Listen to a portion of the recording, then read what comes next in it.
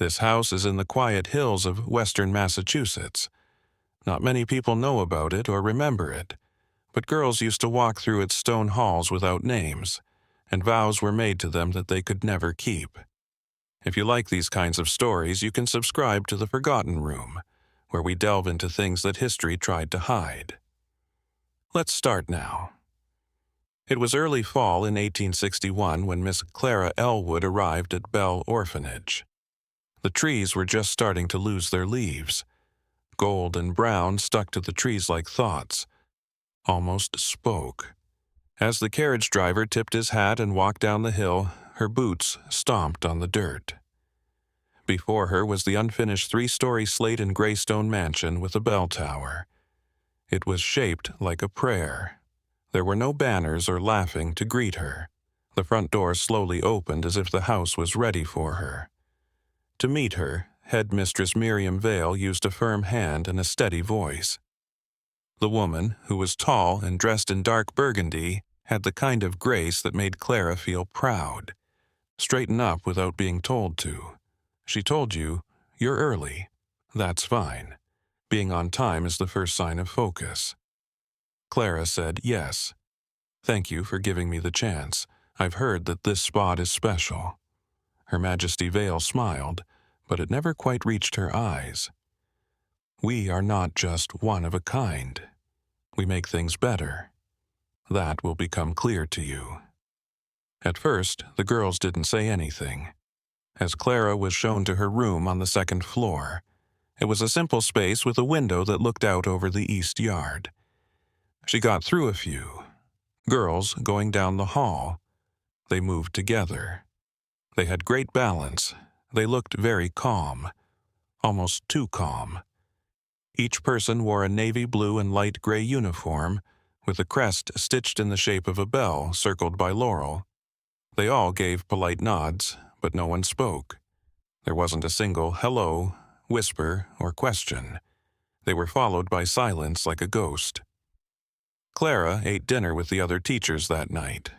Cloth plates with soup and bread were used by Sister Agnes. Candles lit up the table, casting long shadows that moved back and forth. Against the walls made of wood panels. She asked informally how long the school had been open. When Clara asked, "Since 1843, one teacher answered, even though the house is older. "They're remarkably disciplined," Clara said. There was a pause. "They were chosen as possible headmistresses," Vale said from the head of the table. "Each one was picked with care. A lot of them come from good-named families that have had bad luck." Clara sipped her tea and looked at one of the girls who was probably 12 years old, sitting quietly and straight at the very end of the eating hall. There wasn't a single move or look up that didn't belong. It felt more like still water than a kid. As Clara was unpacking that night, she came across a small package on her desk. Her name was written in fine script ink that wasn't signed. There was only one line inside. "Before you talk, listen. Watch first, then decide." Clara looked at the note for a very long time. Outside, there was no noise, not a cricket, not an owl. It looked like the home was stuck in a time bubble where nothing was happening. Unless it was okay to do so. This woman put the note in her drawer, crossed her arms, and sat down by the window. A low, far-away bell rang from the west end of the property, where the church used to be. Just once, and then there was silence again. The big bell above the eastern church rang on Clara's first morning at Bell. 5 soft chimes sounded like a breath held too long as they echoed through the field. She quickly put on the simple brown clothes she was given as a teacher, tied her boots, and went to the classroom. She was told she would be teaching the younger girls basic reading and writing at school. See, the room had a high ceiling and was surrounded by old beams and light curtains. It was clean enough that the morning sun could shine through the desks, which were lined up in even rows. It wasn't the order that hit her, though. It was the peace. 14 girls sat with their eyes straight ahead and their hands folded back. No one moved around. No one spoke quietly. There wasn't a single girl who sneezed. "Good morning," Clara said with a forced smile. "My name is Miss Elwood, and I'll be your teacher this term. I hope we can understand each other better. Keep quiet."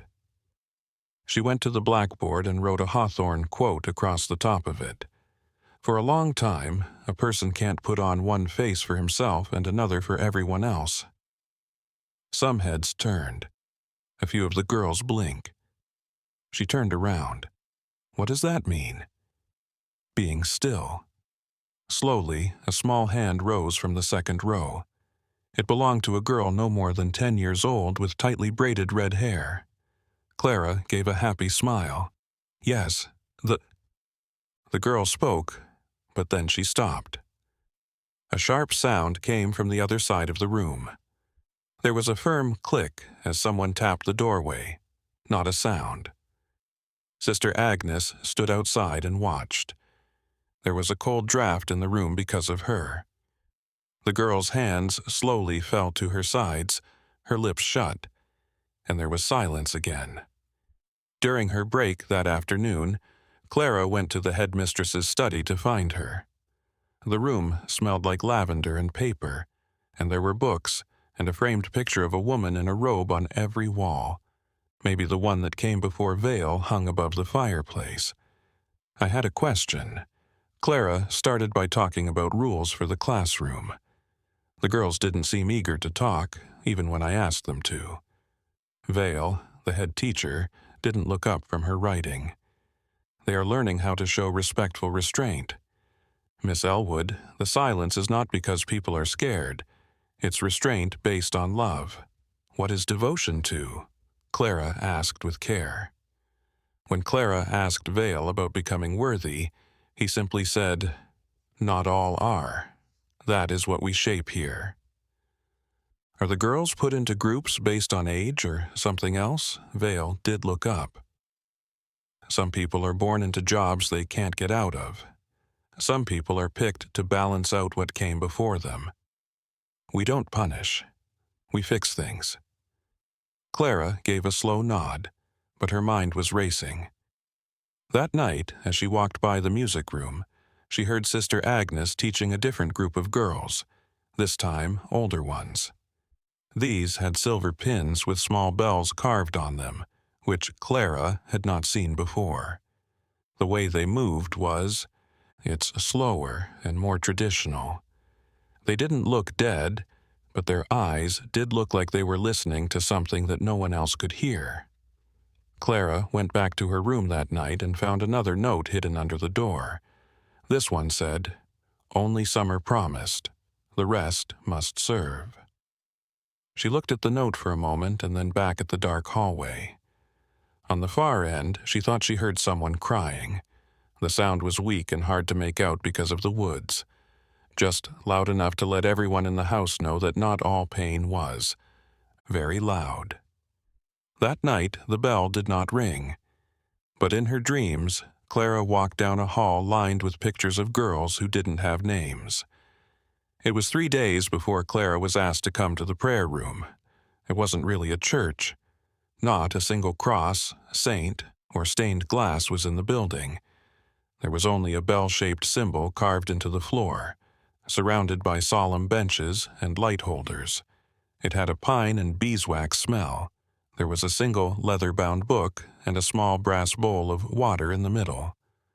Let Sister Agnes. Let her in. She said that as a teacher, you should do the rights thing at least once a week. Here, the girls deal with their legacy. Clara took a look. Giving away. Not of wealth, the nun answered, but of heavy loads. Choices made a long time before a child was born live on in them. There are different sounds that repeat. In the records room, which was a small dusty room next to the attic, Clara looked over student files that afternoon. A lot of ledgers were on the shelves. Some were wrapped in worn red cloth, and others were just plain. On parchment. To start, she made her own class list. It was mostly just name, age, county, and next of kin, but some files were missing. Whole pages from the books had been cut out. And for 4 of her kids, like the girl who tried to speak on the first day, there were no birth dates or records of their parents. Instead, there was just one line in red ink that said, "Promised January 12th, 1859. There is no other reason. Clara slowly shut the book. Fog started to roll across the field outside the window, using lace to wrap the branches. She turned around in shock. The door to the records room was open, and someone had gone by. A flash of blue-gray fabric that was too small for a teacher and moved too quickly for a student who was supposed to be in class. Clara walked into the hallway, which was empty.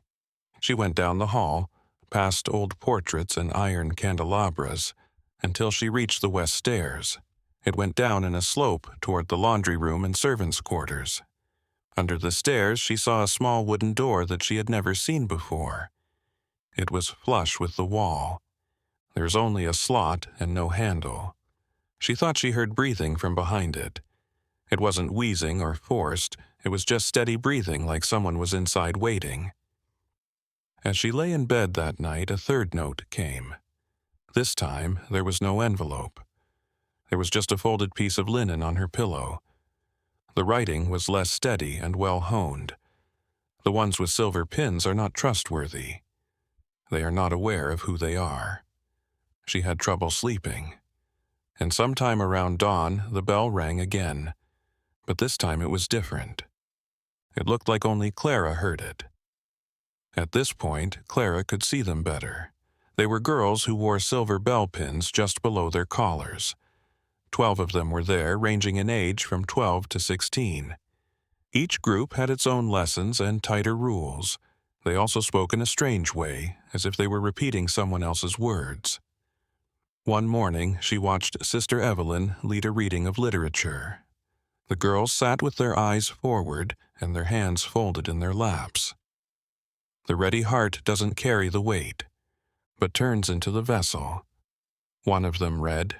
She didn't have a flat voice. Her voice was empty. Clara stopped in front of the door. She knew the girl, whose name was Marianne Coates, and who was 14 years old. Clara found her drawing birds in the margins of her composition book during her first week. Marianne's face was now pale, though.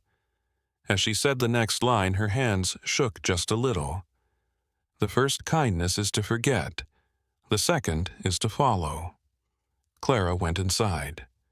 Could I talk to her for a moment? Sister Evelyn took a slow turn. Miss Coates is being improved right now. Interruptions slow down progress. Clara said in a cool voice, "She was in my class last week." She spoke freely at that time. Evelyn's lips turned up just a bit. Then she must have needed to be told what to do. Clara looked over Marianne's file again that night, but the page wasn't there this time. A piece of paper that hadn't been there before was there in its place. Afterwards, Clara found the hallway on her way to the staff wing. It said, "The silver mark is not earned, it is installed." With only a soft, regular tapping sound, it is empty. She kept going until she saw a group of the girls with silver pins standing in a half circle in the eastern hallway. They were not talking. They paid attention. To someone behind the old silk curtain that led to the room that used to be the music room, but is now only used for quiet thought. One girl, no more than 12 years old, moved her head a little as Clara got closer. Her gray eyes weren't dead, but they did look like they were floating. Clara asked in a soft voice, "Do you remember where you were born?" The girl opened her eyes. One time, then again, and finally said, "Here. Before that, I've always been here." Clara opened her mouth to ask more, but a bell rang behind the curtain. Not the tower bell, but a small one you can hold in your hand. The girls all turned at the same time and disappeared through the fabric. Clara did not follow. Not yet. But something inside her, maybe instinct or memory, told her that whatever was behind that curtain shouldn't be seen during the day.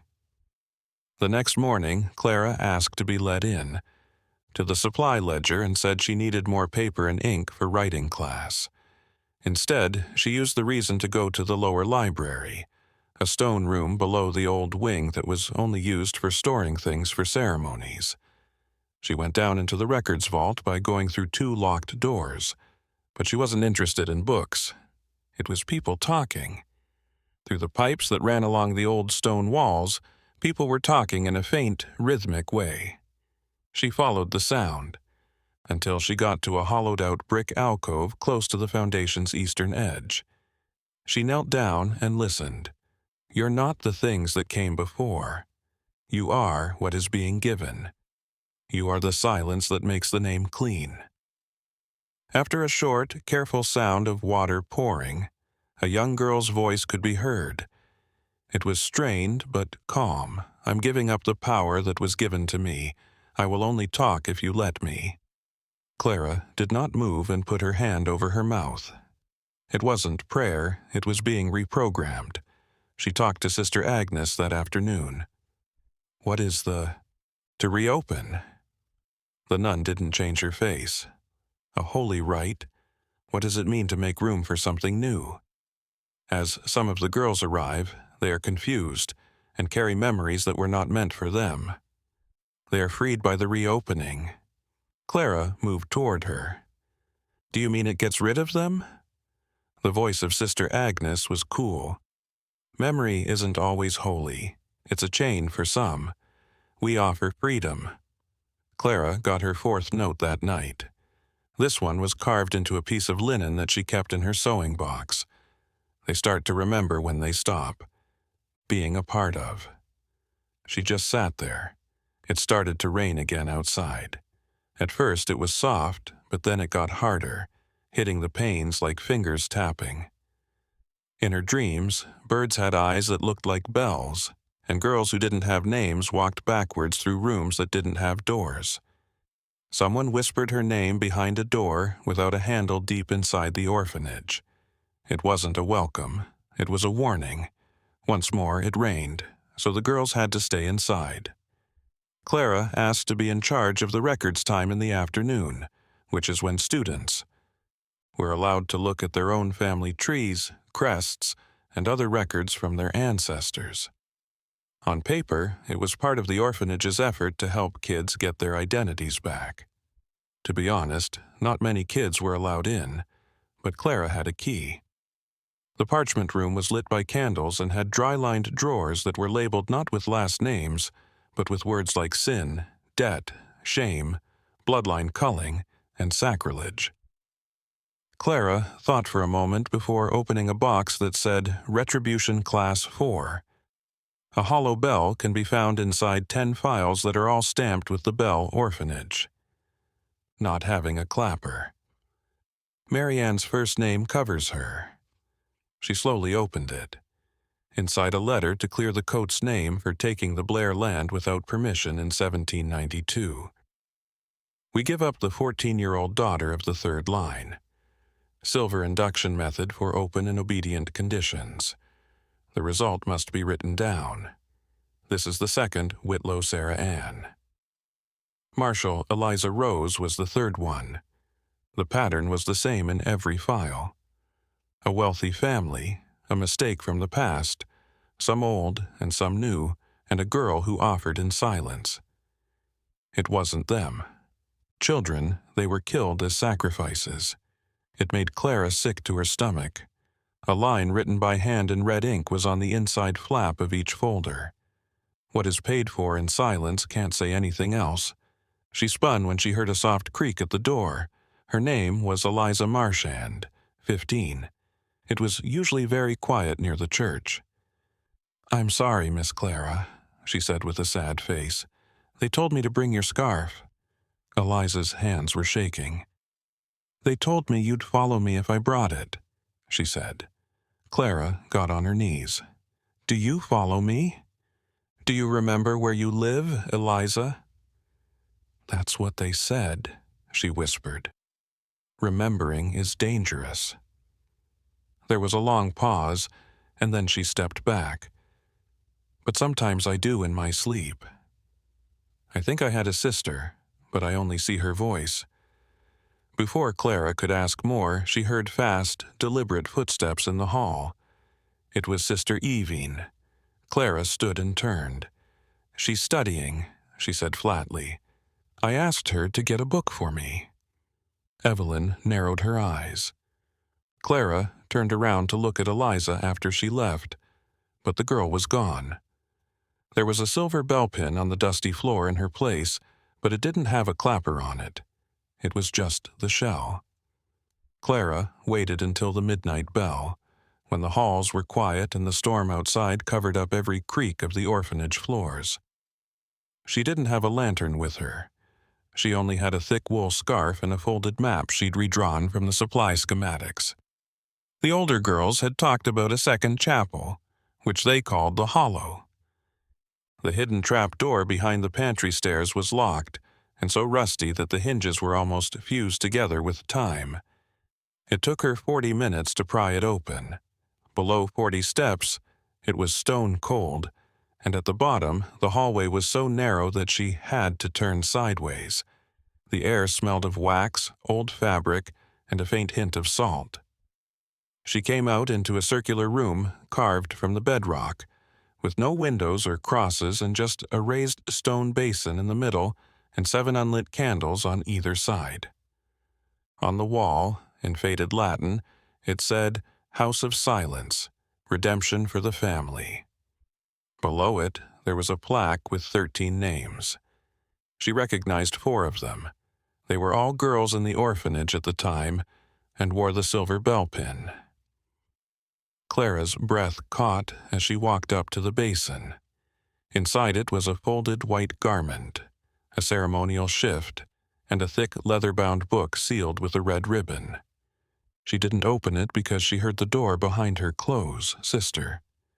"This place is restricted," Agnes said calmly, but her voice sounded like a verdict, even to the staff. I needed answers. Agnes took one step, then another. "You've always wanted answers, Miss Clara, but sometimes the question itself is the sin." Clara stood her ground. "They're children, not symbols, not scapegoats." Agnes didn't flinch. "No, they are vessels. The sins of the father don't always die with the father. The Bell Orphanage makes sure they don't." She got off the last flight of stairs, and if the burial is quiet, it's only because the dead can't talk. Suddenly, she heard a soft humming and a voice that sounded like Eliza Marchand. Clara tried to go toward the sound, but Agnes blocked her way. "Leave now," the nun told her, "or your voice will join the silence." Clara got back to her room just before dawn, her heart still racing from the empty chapel. She didn't sleep. She wrote everything down instead, including dates, names, and words that were carved in stone.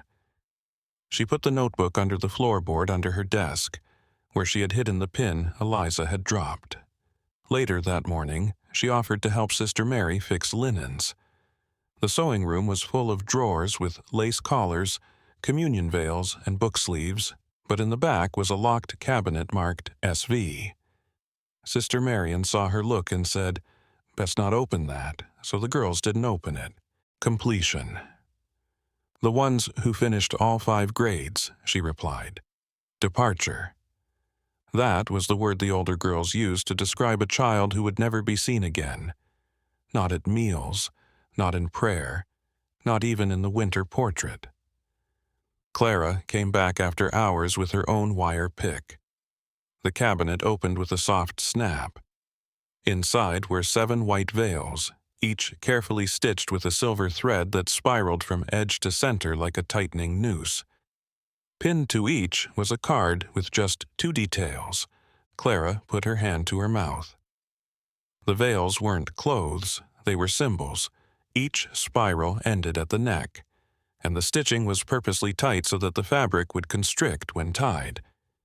These were silence veils. She heard a noise behind her that wasn't a footstep. It was a loose tile scraping against the floor. She held her breath and listened. There were whispers, not prayers or random pleas. Pleading. Dozens of small, broken voices echoing from below the orphanage.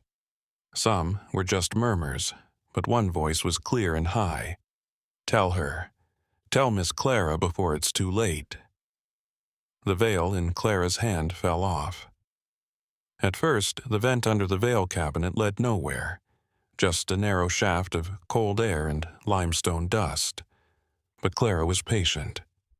The next night, she came back with a candle stub, a spool of string, and a small slate board. She dropped a pebble into the shaft and heard a faint, metallic echoes. She slid the slate in while it was tied to the string, and when she pulled it back up, it had red chalk on it. Someone had been down there and written back. That night, she went down through the secondary stairwell in the hollow chapel that Agnes had used, but this time she saw a break in the wall and arch that had been hidden. Behind a wall curtain was a low tunnel that led to a room shaped like a vault supported by thin iron beams and ringed with oil lamps that had long since gone out. There were dozens of crates, each labeled with the girl's initials and the house name. One box caught her eye, M. Marchand, which were the same initials as Eliza. She opened it and found a small locket, a worn ballet slipper, a folded school report that said imperfect conduct, and a letter addressed to Clara W. Never delivered. Clara's hands shook as she read it. If you're reading this, it means they chose me. I wasn't brave enough to run, but you can be. Find the real ledger. It's in the matron's quarters behind the painting of St. Arabelle. If they make me wear the veil, promise me you'll remember I wasn't always quiet. I used to sing and laugh, Clara. The signature Eliza. Clara carefully closed the box with both hands. She wanted to scream. Behind her, someone whispered, "You shouldn't be here." Clara turned around and saw that it wasn't Agnes, but Marjorie Edenberry, dressed in a linen shift and wearing the silence veil. Marjorie didn't move. She stood barefoot on the cold stone veil, trembling a little with each breath. Her eyes, dim but clear, followed Clara without blinking.